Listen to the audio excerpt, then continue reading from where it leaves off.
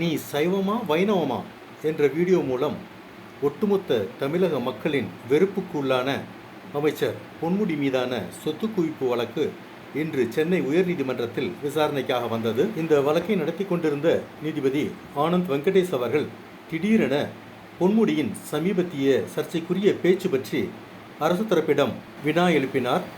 உயர்ந்த பதவியில் இருக்கும் அமைச்சர் ஒருவரின் கீழ்த்தரமான இந்த பேச்சு மீது அரசு எடுத்த நடவடிக்கை என்ன என்று அவர் வினவினார். இதுவரை அவர் மீது வழக்கு எதுவும் பதிவு செய்யப்பட்டுள்ளதா என்றும் கேள்வி எழுப்பினார்.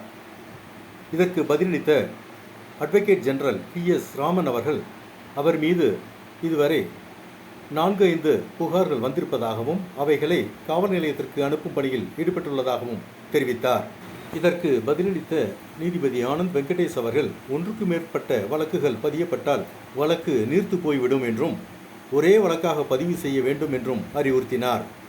அமைச்சரின் கீழ்த்தரமான பேச்சுக்கு வீடியோ ஆதாரம் இருப்பதால் காவல்துறை தாமாகவே முன்வந்து நடவடிக்கை எடுத்திருக்க வேண்டாமா என்றும் வினவினார்.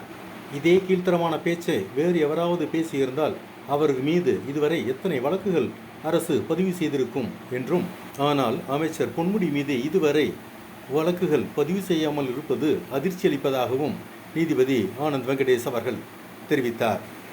மேலும் இவ்வழக்கை வரும் ஏப்ரல் 23ஆம் தேதிக்கு ஒத்திவைத்து அதற்கு முன் பொன்முடி மீது வழக்கு பதிவு செய்யப்பட்டு 23ஆம் தேதி அன்று அவர் மீது பதிவு செய்யப்பட்ட வழக்கு விவரத்தை நீதிமன்றத்திற்கு தெரிவிக்க வேண்டும் என்றும், தவறினால் நீதிமன்ற அவமதிப்பாக கருதப்படும் என்றும் நீதிபதி ஆனந்த் வெங்கடேஷ் அவர்கள் தெரிவித்தார்.